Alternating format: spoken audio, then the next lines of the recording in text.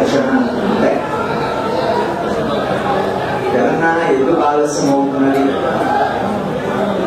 అంటే ఇప్పుడు మనం చూస్తున్న దృశ్యమే దానికి తెలంగాణ ఎక్కడ వెళ్ళిపోతుంది. వాటి వచ్చి మనకుంటే అస్పష్టంతో శ్వాసాలు అశోక్ ఈ పుస్తకాన్ని రాయడానికి సందర్భం గురించి నేను వరంగల్లో తెలంగాణ విద్యావంతుల వేదిక పెట్టిన మీటింగ్ లో నేను మాట్లాడాను, అశోక్ మాట్లాడాను. ఆ రోజు అశోక్ మాట్లాడినప్పుడు ఆయన వర్గ విశ్లేషణ చేశారు. ఆ వర్గ విశ్లేషణలో నాకు ఆ రోజు అనిపించింది ఏమిటంటే, ఇంత సీరియస్ అనాలిసిస్ వరంగల్లో కూర్చున్న వాళ్ళు వినడానికి సిద్ధంగా ఉన్నారు. ఎంత ఉద్యమంలో ఉన్నవాళ్ళు, ఆవేశంగా ఉన్నవాళ్ళు, ఉద్యమాన్ని గురించి మాట్లాడాలన్నప్పుడు పిల్లలు, కాకతీయ విద్యావంతులు, కాకతీయ విద్యార్థులు అశోక్ చేసిన విశ్లేషణ గురించి సీరియస్ గా వినడానికి సిద్ధంగా ఉన్నారని నాకు అనిపించింది. కానీ అశోక్ మాట్లాడిన తర్వాత చాలా మంది చాలా సీరియస్ గా అశోక్ మాట్లాడిన మాటల్లో ఉండేటువంటి లోతు గురించి మాట్లాడారు, దానికి ఉండే సమగ్రత గురించి మాట్లాడారు. తర్వాత చాలా మంది ఆయన చేసిన ఉపన్యాసం, ప్రసంగాన్ని పుస్తక రూపంలో వేస్తే బాగుంటుందని అన్నవాళ్ళు. నేను కూడా ఒకటి. ఈ విశ్లేషణ తెలంగాణ ప్రజలకి చాలా అవసరం. తెలంగాణ ప్రజలకి చారిత్రక సందర్భం కానీ, తెలంగాణలో ఉండే సామాజిక సందర్భం కానీ, లేదా ఇక్కడ ఉండే సాంస్కృతికపరమైన అవగాహన కానీ చాలా అవసరం. సరే, గొడవ జరుగుతుంది కాబట్టి ఇంకొకటి ఎక్కువ మాట్లాడడానికి అవకాశం లేదు. కానీ అంటే మీటింగ్ ఆలస్యం చేయడానికి లేదు. తెలంగాణ 9 రావాలంటే మీటింగ్ను ఆలస్యం చేయడానికి లేదు. కానీ నేను కూడా అశోక్ మాట్లాడినప్పుడు నాకు కూడా ఒక స్పష్టత వచ్చింది. ఎందుకంటే నేను కూడా ఆ దిశలోనే ఆలోచిస్తూ నేను తెలంగాణ మీద రాసిన వ్యాసాల్లో, ముఖ్యంగా ఈపీడబ్ల్యూ మీద రాసిన వ్యాసంలో చాలా స్పష్టంగా 2 అంశాలను పేర్కొన్నాను. సిహెచ్ హనుమంతరావు గారు నా వ్యాసం తర్వాత నా ఫోన్ చేశాడు. తెలంగాణలో 2 సంస్కృతులు మనకు చాలా స్పష్టంగా కనిపిస్తున్నాయి. ఒకటి మోసపూరిత సంస్కృతి, రెండవది ప్రజాస్వామ్య సంస్కృతి. మోసపూరిత సంస్కృతి పునాదులు ఎక్కడ ఉన్నాయి, నిజాయితీగా జరుగుతున్న ప్రజాస్వామ్య సంస్కృతి పునాదులు ఎక్కడ ఉన్నాయి. అశోక్ రాసిన పుస్తకాన్ని చదివితే ఈ విషయంలో మీకు మాకు కొంత స్పష్టత దొరుకుతుంది. అయితే సమాజంలో అంటే కోసం చేసిన ఒక విశ్లేషణే నాకు నిజానికి జీవితకాలం అంతా నేను ఆ మెథడాలజీ ఉపయోగించి సమాజాన్ని అర్థం చేసుకున్నాను. మోడ్ ఆఫ్ ప్రొడక్షన్ అనేది మార్క్సిజంలో ఏదైతే చాలా ప్రధానమో, ఆ మోడ్ ఆఫ్ ప్రొడక్షన్ అనేది ఇండియాలో it change through adjustment, non displacement అనేది ఆయన ప్రధానమైనటువంటి ఒక మెథడాలజికల్ టూల్.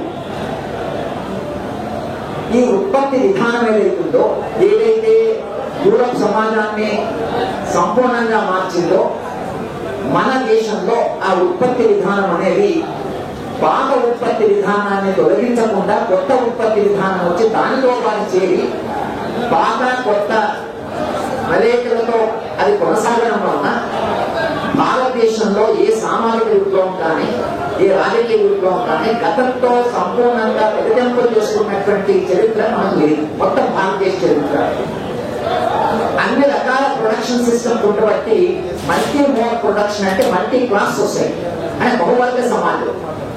బహువర్గ సమాజం ఎప్పుడైతే ఉంటుందో ఆ బహువర్గ సమాజంలో ఐడియాలజికల్ క్లారిటీ ఉండడం చాలా కష్టం.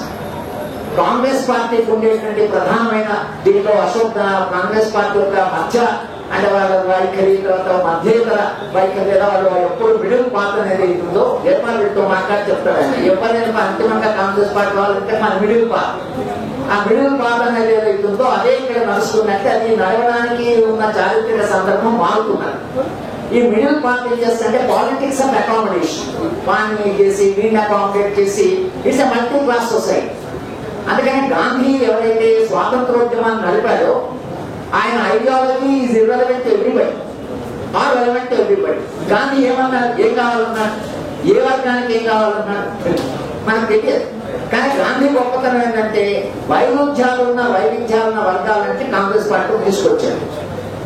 కాంగ్రెస్ పార్టీ తీసుకొచ్చి తన ఐడియాలజీ ఏంటో చెప్పాలి. చెప్పిన ఐడియాలజీ ఎవరికి అర్థం కాదు. అది దేవుడు మాత్రం ముసలాయన మాట్లాడుతుంటే దేవుడు ముసలు 1930లో ఎవరో నెహ్రూ గారిని అమెరికన్ జర్నలిస్ట్ ఇంటర్వ్యూ చేసి మరి గాంధీ గారిని మాట్లాడుతుంటే legend talk freedom what would with independent India అని నెహ్రూ గారు చెప్పారు. కనుక గాంధీని ఫాదర్ ఆఫ్ ది నేషన్ ఎక్కడ ఉన్నారు? గాంధీ ఐడియాలజీ ఎక్కడ ఎందుకు లేదంటే ఆ ఐడియాలజీ ఎప్పుడే కానీ ఒక ఘర్షణని సమాజంలో ఉండే ఒక వైవిధ్యాన్ని పరిష్కారం చేయాలి. సమాజంలో ఉండే వైవిధ్యాన్ని పరిష్కారం చేసేది ఐడియాలజీ. ఆ ఐడియాలజీ లేకుండా కాంగ్రెస్ పార్టీ అప్పటి నుంచి ఇప్పటిదాకా అలాగే నడుస్తున్నారు. వాళ్ళు ఏం నిలబడతారో మనకి ఎవరు తెలియదు. నేను మావోయిస్ట్ పార్టీతో ఛత్తీస్గఢ్ వెళ్ళినప్పుడు వాళ్ళని అడిగితే బీజేపీ పార్టీ ఉందా చాలా కష్టంగా వాళ్ళు స్పష్టంగా చెప్పారు. బీజేపీతో మనకు సమస్యలు లేవు సార్, వాళ్ళు స్పష్టంగా మనకు తెలుసు. వాళ్ళు ఈ కాంగ్రెస్ వాళ్ళతో చాలా కష్టం. ఎందుకంటే రోడ్డు మాట్లాడతారు, జయరామ్ రోడ్డు మాట్లాడతారు, చిన్నప్పుడు మాట్లాడతారు, వీళ్ళు ఏమంటారో మనకు తెలియదు. కాంగ్రెస్ పార్టీ ఎక్కడ సర్వైవ్ అయ్యి అది 60 ఏళ్ళుగా సర్వైవ్ అయ్యి అవుతూనే ఉంటుంది. మల్టీ క్లాస్ సొసైటీలో నెవర్ హ్యావ్ అన్ ఐడియాలజీ అది ఇది చెప్పి ఇప్పుడు వాళ్ళ ప్రైస్ ఏంటంటే న్యూ లిబరల్ మోడల్లో ప్రైమ్ మినిస్టర్ పట్టుబట్టి ఈ ఒక్కటిన్నర ఓడిపోతారు. కానీ ఓడిపోతామన్నప్పుడు వాళ్ళు పట్టుబట్టి కాంగ్రెస్ వాళ్ళ పార్టీని అటువైపు నడుపుతున్నారు. అందుకే ఇంటర్నేషనల్ క్యాపిటల్ ప్రభావం పెరిగింది.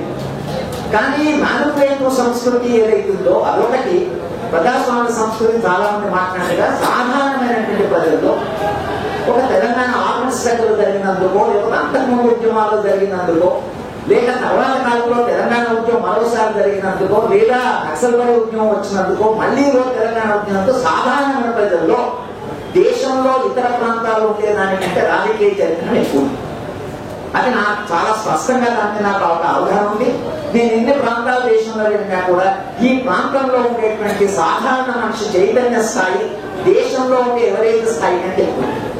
అందుకని కోదండ అంత విశ్వాసంగా మాట్లాడంటే ఆ చైతన్యం ఎక్కడి నుంచి వచ్చినట్టు ఆ చైతన్యం ప్రజా ఉద్యమం నుంచి, ఘర్షణ నుంచి, సాయుధ పోరాటం నుంచి ఆ చైతన్యం నుంచి వేలాది మంది ప్రాణత్యాగాలు చేశారు. తెలంగాణ సాధారణ విషయం కాదు. నాకు తెలిసిన కోదండ విద్యార్థులే చనిపోయారు. ఈ ప్రాణత్యాగాలు ఏవైతున్నాయో అవి తెలంగాణ ఉద్యమానికి కింద తెలంగాణలో ఉండే చైతన్యం అంతర్లీనంగా ప్రవహిస్తున్నారు. కానీ రాజకీయ పార్టీల దగ్గరికి వచ్చే వరకు కంప్లీట్ గా మోసపూరితమైనటువంటి ఒక సంస్కృతి. అందరినీ మనం అలా జనరలైజ్ చేస్తున్నాం కానీ మొత్తంగా డామినెంట్ కల్చర్ అది. ఈ డామినెంట్ కల్చర్ పునాది ఎక్కడ? వ్యవసాయ రంగము రాజకీయాలకు పునాదిగా ఉన్నంత కాలము రాజకీయాలు కొంత నిజాయితీ ఉంది. ఎందుకంటే వ్యవసాయం అనేది నిజాయితీ కలిగిన వృత్తి. అబద్ధాలు చెప్తే పంటలు ఎక్కువ పంటవు. ఆ క్లాస్ సోషల్ బేస్ లో ఉంటే రాజకీయాల్లో ఆ విలువలు ఉండవలసి వస్తుంది. కానీ గ్రాడ్యువల్ గా మనకు జరిగింది ఏమిటంటే ఈ అక్కడ గ్రీన్ రెవల్యూషన్ వచ్చిన తర్వాత మనకి న్యూ లిబరల్ మోడల్ వచ్చిన తర్వాత వచ్చిన క్లాస్ ఏదైతుందో ముఖ్యంగా ఈ లంపెన్ క్లాస్ ఏదైతే అంటామో ఆ లంపెన్ క్లాస్ ఎలా ఎదుగుతూ వచ్చిందంటే సుబ్రహ్మణ్యం బిగినర్ పబ్లిక్ ఎక్స్పెండిచర్ నుంచి ఇన్ఫ్రాస్ట్రక్చర్ బిల్డ్ చేయాలి అని నెహ్రూ గారి మోడల్ నుంచి వచ్చిన కాంట్రాక్టర్ వర్గం ఏదైతుందో ఆ కాంట్రాక్టర్ వర్గము లిక్కర్లోకి పోయింది, అది సినిమా రంగంలోకి పోయింది, అది రకరకాల రంగంలోకి వెళ్ళి అంతిమంగా అది విద్యారంగంలోకి హెల్త్ రంగంలోకి వచ్చింది. ఆ క్లాస్ ఏదైతుందో ఆ క్లాస్ యొక్క పట్టు ఆ క్లాస్ యొక్క అని దాని ఏవైతే ఉన్నారో ఈ లంపెన్ క్లాస్ ఏదైతుందో అది రాజకీయాన్ని చాలా ప్రభావితం చేస్తుంది.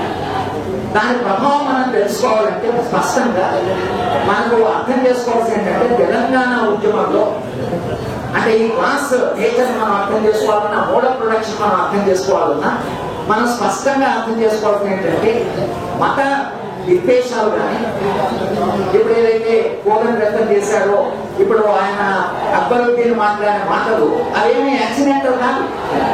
కల్చర్లోకి ఉంది.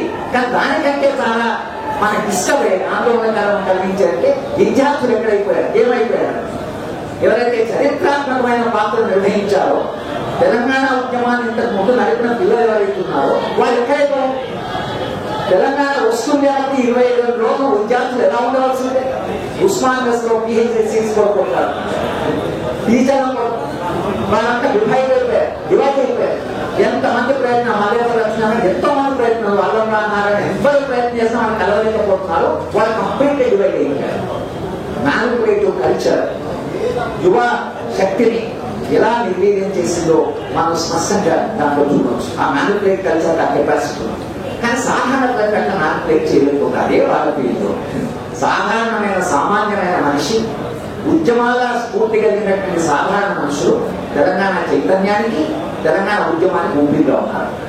ప్రత్యక్షంగానో పరోక్షంగానో మనకి ఇంత విశ్వాసం ఉండడానికి కారణం ఏంటంటే సాధారణ ప్రజలు, దాని వెనుక ఉన్న ఉద్యమాలు. కనుక ఈ క్లాస్ నేచర్ అర్థం చేసుకోవడానికి కోడని చెప్పినట్టుగా ఒకటి మనకేంటంటే ఈ పుస్తకం ఇప్పుడు అవసరం అంటే చాలా అవసరం. ఎందుకంటే మీరు ఒక ఫినామినన్ అర్థం చేసుకున్నప్పుడు దాంట్లో ఉండడం వేరు, దాని చరిత్రలో చూడడం వేరు, దాని మోడల్ ప్రొడక్షన్ డిబేట్ లో చూడడం వేరు, కోర్సెస్ ని సరిగా చూడడం వేరు. వాటిని సరిగా అంచనా వేయగలిగిన వ్యక్తులే ఉద్యమాలు నడపగలరు. శక్తులను సరైన అంచనా వేయగలిగిన వాళ్ళు ఉద్యమాలు నడుపుతారు. ఆ శక్తులను సరిగా అంచనా వేయాలంటే దాని ఆర్థిక గుణాలు చూడాలి, దాని చారిత్రకమైనటువంటి సందర్భం చూడాలి, దాని చైతన్య స్థాయి చూడాలి, వాళ్ళ మధ్య ఉండే అలయన్స్ చూడాలి, వాళ్ళ మధ్య ఉండే కాంట్రిబ్యూషన్ చూడాలి. తెలంగాణ ఇంటికి ఏమైపోయిందంటే ఈ రూపాయి క్యాపిటల్ ఏదైతే వచ్చిందో దాని మీద ఇప్పుడు డిపెండెంట్ క్లాస్ ఉన్నారు. అది అశోక్ కూడా కొంత ప్రస్తావించారు. డిపెండెంట్ క్లాస్ అయ్యారు. ఎంతో బయటకు రావట్లేదు అంటే ప్రజల శక్తి ఇక్కడ ఉందంటే నేను అది ఆకర్షణ న్యూటన్ సిద్ధాంత గ్రావిటేషన్ లా ఏదైతే చదువుతామో ఒక డబ్బు ఉంది అక్కడ. అది చాలా అంటే అది సంపాదించలేదు. కారు ప్రొడ్యూస్ చేసో, వస్తువులు ప్రొడ్యూస్ చేసో, మ్యానుఫ్యాక్చర్ చేసో సంపాదించి కాదు. హైదరాబాద్ వచ్చి అన్ని హిల్స్ భూములన్నీ అక్కుపై చేసుకొచ్చి అది పనికిరాని ఏ కష్టపడకుండా వచ్చిన డబ్బు అది. కానీ ఆ డబ్బును అంటే ఖర్చు పెడతారు. దాకా ఖర్చు పెట్టిన అక్కడ పెట్టారు. కానీ వీళ్ళు ఖర్చు పెడతారు, అంటే డబ్బులు పడేస్తుంటారు. ఆ డబ్బులు పడేయడం అనే కల్చర్ ఏదైతుందో విపరీతంగా ఇచ్చారు. పెంచే మనిషి దాని నుంచి దాటి విశాలంగా సామాన్యమైన ప్రజల యొక్క తెలంగాణ భవిష్యత్తు గురించి ఆలోచించడం అనేది చాలా కష్టం. కనుక ఈ ఉద్యమంలో ఇలా ఎందుకు ఇన్ని మలుపులు తిరుగుతున్నది, ఎందుకు ఇలా ఉన్నదంటే అశోక్ చెప్పినటువంటి విశ్లేషణ ఏదైతుందో అది మనకు చాలా ప్రయోజనకరంగా ఉంటుంది. ఎప్పుడైనా మీరు ఏ ఉద్యమం నడపాలన్నా, మీరు ఏ ఉద్యమాన్ని ముందుకు తీసుకుపోవాలన్నా మీరు స్పష్టంగా అర్థం చేసుకోవాల్సింది ఏంటంటే ఒక చారిత్రక సందర్భము, ఒక క్లాస్ అనాలిసిస్, ఒక character of the state, political culture, సాధారణ ప్రజల చైతన్య స్థాయి. అశోక్ ఈ పుస్తకంలో చెప్పిందల్లా బాబు ఈ తెలంగాణ ఉద్యమాన్ని ఒక హిస్టారికల్ కాంటెక్స్ట్ లో, ఒక పొలిటికల్ ఎకానమీ కాంటెక్స్ట్ లో, ఒక క్లాస్ అనాలిసిస్ కాంటెక్స్ట్ లో దాన్ని మనం లొకేట్ చేసి దాన్ని మనం సరిగా చూడవలసిన అవసరం ఉంటుంది. అప్పుడే అంటే కోదండ ఇంతకాలంగా ఉద్యమాన్ని నడపగలుగుతున్నారంటే దానికి కారణము ఆయన ఒక రకంగా పొలిటికల్ ఎకానమీ స్టూడెంట్. ఆయన చైనా మీద పరిశోధన చేశాడు, మావోయిజం ఆన్ కాంట్రడిక్షన్ చదివాడు. ఆయన పొలిటికల్ ఎకానమీ మెథడాలజీ ఉంది కనుక ఏ ఫోర్సెస్ ఎక్కడ వర్క్ చేస్తున్నాయని ఒక అవగాహన ఉంది కాబట్టి ఇంతమంది కలుపుకోగలుగుతున్నారు. లేకపోతే సాధ్యమయ్యేది కాదు. సాధారణ మనిషి అయితే ఎక్కడ పదార్థాలు ఏ ఫోర్సెస్ ఎక్కడ వర్క్ చేస్తాయో అని ఒక అవగాహన ఉన్న వాళ్ళకి అది నడపగలరు.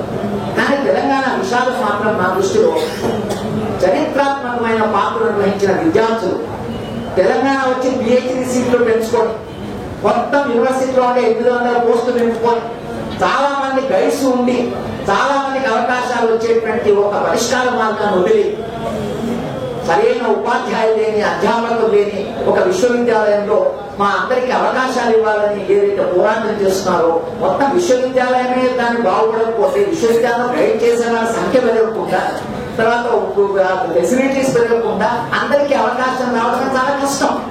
అది ఒక చారిత్రక వాస్తవం. అది అవకాశాలు రావాలంటే ముందు ఉస్మాన్ యూనివర్సిటీలో ఉండే పోస్టులు నింపాలంటే అది తెలంగాణ వచ్చిన తర్వాతే సాధ్యమవుతుంది. కానీ ఇప్పుడున్న దాంట్లో వాళ్ళు పోస్టు నింపాలి, మోడల్లో పోస్టు నింపాలని లేదు. లేనప్పుడు మీకు అవకాశాలు ఎలా వస్తాయి?